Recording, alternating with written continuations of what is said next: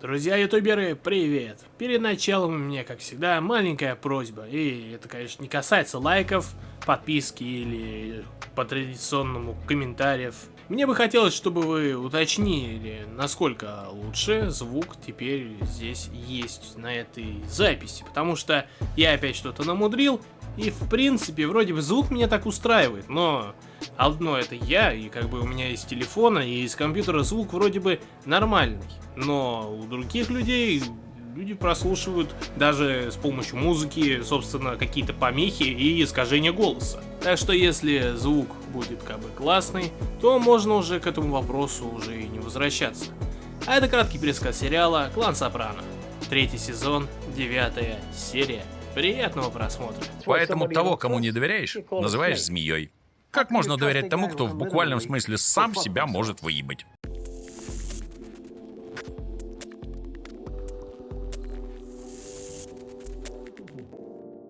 Как всегда, по традиции, какая-то неведомая херня происходит у Тони дома. Приходит дочка, которая говорит, что у нее высший балл. Это говорит о том, что скоро она может уехать отдыхать. Тони прекрасно понимает, что его дочь подстилка, но в любом случае, как бы она его кровинушка, и сейчас скорее что-то намечается уже с Джеки-младшим. И в принципе шанс этот упускать нельзя, может быть что-нибудь и вырастет из этого. Один придурок, который проиграл на ставках свой бар, начинает ныть, но Фурио начинает приводить его в чувство, потому что в любом случае он является их партнером, хотя бар уже полностью принадлежит уже не ему, а им. А значит, они теперь будут делать все, что хотят. Кстати, бар называется «Голубой леденец». Как обычно, по традиции, собираются все, даже те, кто не являются членами семьи у Тони. Ну, помимо его криминальной семьи. Чисто те, кто как бы просто либо родственники, либо друзья. Джеки-младший на правах, скорее всего, того, кто долбит его дочь, также присутствует, уже и бухает также в этой толпе. Тони-младший хочет набиться в друзья Джеки-младшему, но один младший хорошо, а два младших как-то странно, и тот другого, мягко говоря, отшивает. Криси приводит Адриану для сюрприза. Он завязал ей глаза, и прикол в том, что он дарит целый бар. Тони не может нормально дожрать свою вкусняху, потому что то Кармела начинает его задалбливать вопросами, то что скоро, может быть, они станут внуками, то Тони начинает уже задумываться, что будет, если вдруг так и случится, и дочь его действительно залетит, и как бы и убить ее парня не получится. Во-первых, ребенок будет без отца, подбирать другого ребенка это тоже глупо, ведь он будет не родной. И тем более, если это все произойдет, то Джеки-младшим, а Джеки-младший как бы и отец его был вроде бы хорошим другом, да и в криминальном бизнесе будет очень большой подъем. Но точно разбериха, неразбериха произойдет в машине, где Джеки начинает штурмовать маленькую супер-пупер крепость уже и у самой Мэдоу, которая как бы и не против, наоборот, она за, просто она не любит особо заниматься этим в машине, потому что в машине как бы вроде много бактерий и может кто-нибудь увидеть. Тони-младший наебенился портфейна и начал вместе с толпой разносить школьный, получается, бассейн. Все кидать в воду, и потому что они анархия, и порядок им как бы не нужен. Анархия мать порядка. С продольными дырочками Мэдоу общается со своим отцом, потому что у нее большие планы на Джеки-младшего. Но у Джеки-младшего своя херня в башке. Ему нужно учиться, и Тони это понимает. А Джеки-младший занимается только обучением Тони-младшего, потому что он хоть и не является его другом, но тем не менее он является доносчиком информации о своей сестре, которую как бы Джеки-младший долбит.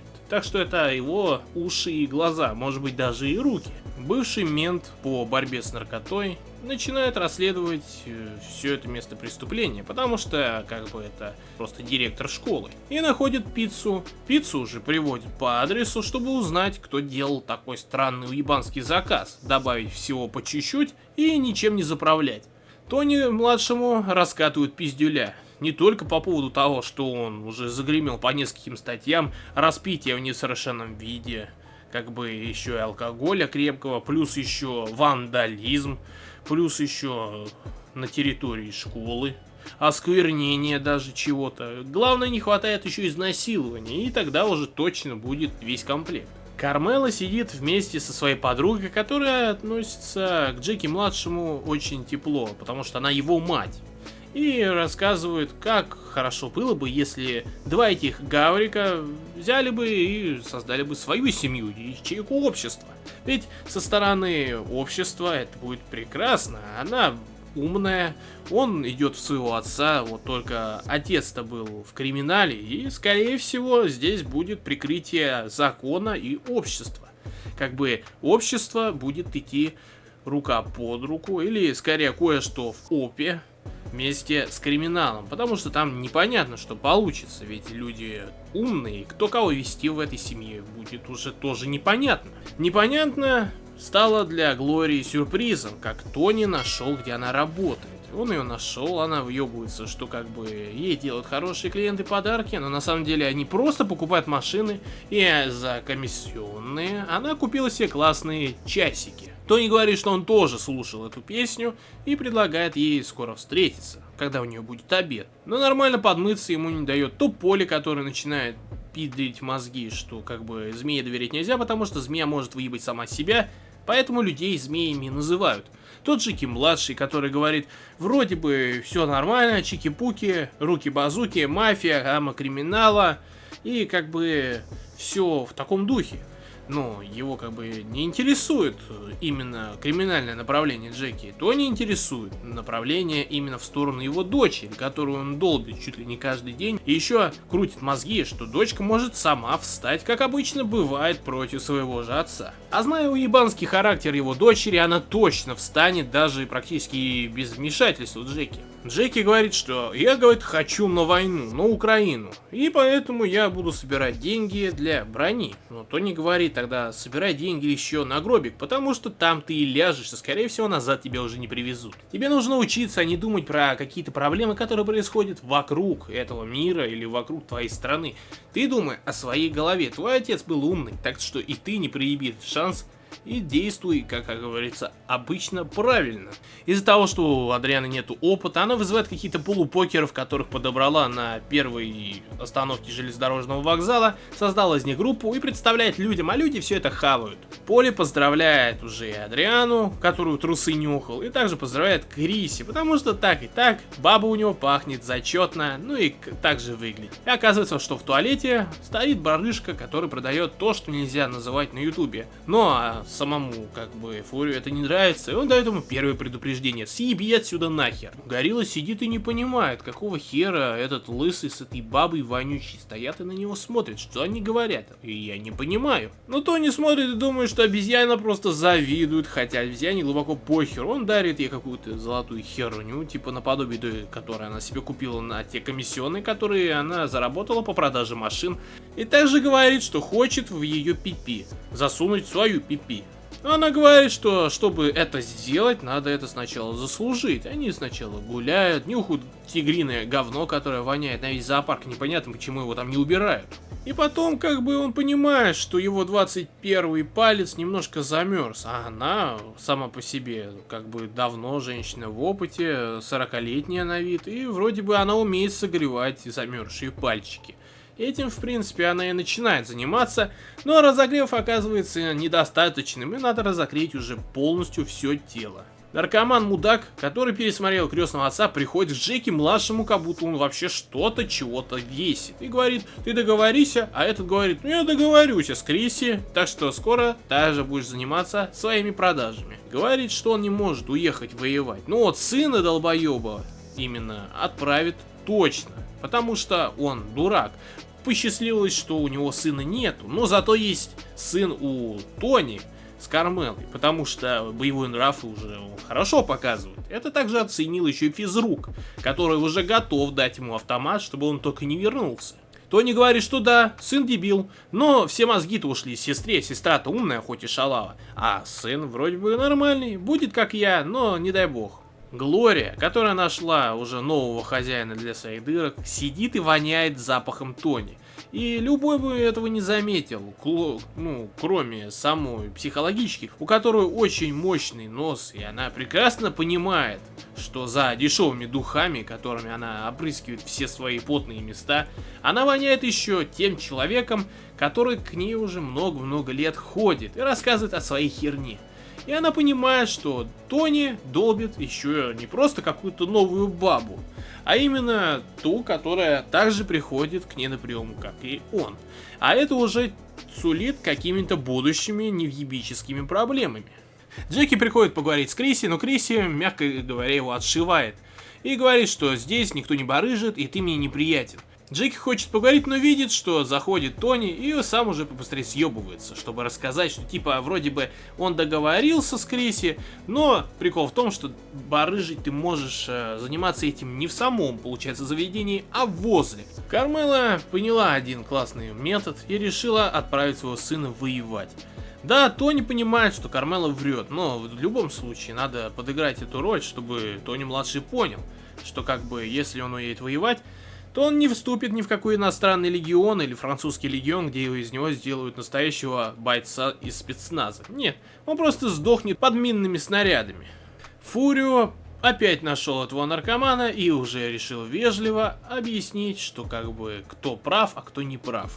Вытаскивая кусок бревна из жопы нарколыги, который стал похож на Кузю из сериала «Универ», тот начинает жаловаться, что так и так, ты, Джеки, меня обосрал, ты меня предал, я сказал, что я от тебя, но, в принципе, это не помешало им сделать из меня кусок говна.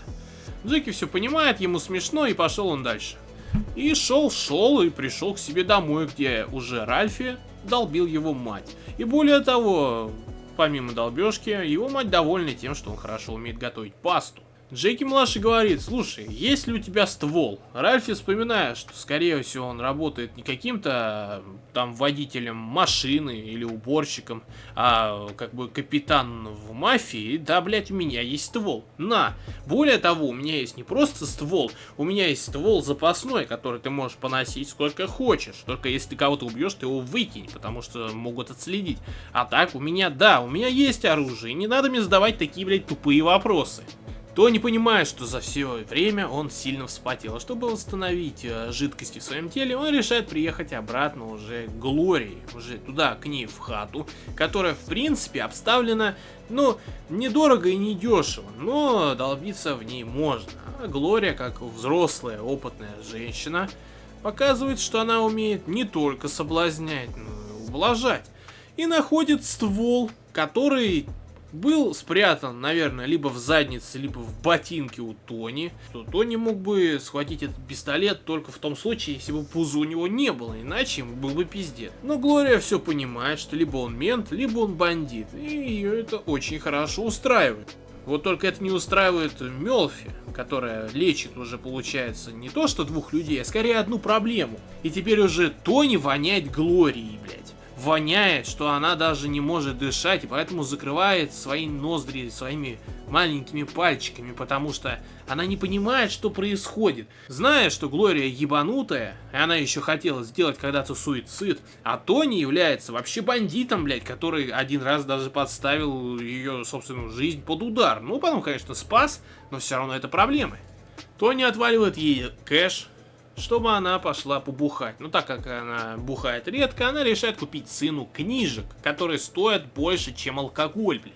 Тони приходит в классное заведение, чтобы начать играть, проебывать деньги, но там он видит Джеки-младшего, который вместо учебы занимается даже не его дочерью, а просто проебывает деньги, которые он даже не заработал. Он говорит, чтобы он ставил на красное, выпадает черное, и он говорит, чтобы ты съебался отсюда, потому что я не хочу тебя видеть в таких местах, ты должен учиться и идти по стопам своего отца до уровня мозгов, а не так, как он был потом в криминале, так что пиздуй. Пиздует уже утром и сам Тони, чтобы пожрать свои пельмеши с соком и попить, получается, кружечку майонеза, но все перепутав, он понимает, что рядом сидит его вкусная, приятная жена, которая как бы не задает вопросов, почему муж ее не долбит, но он счастливый, а она немножко нет.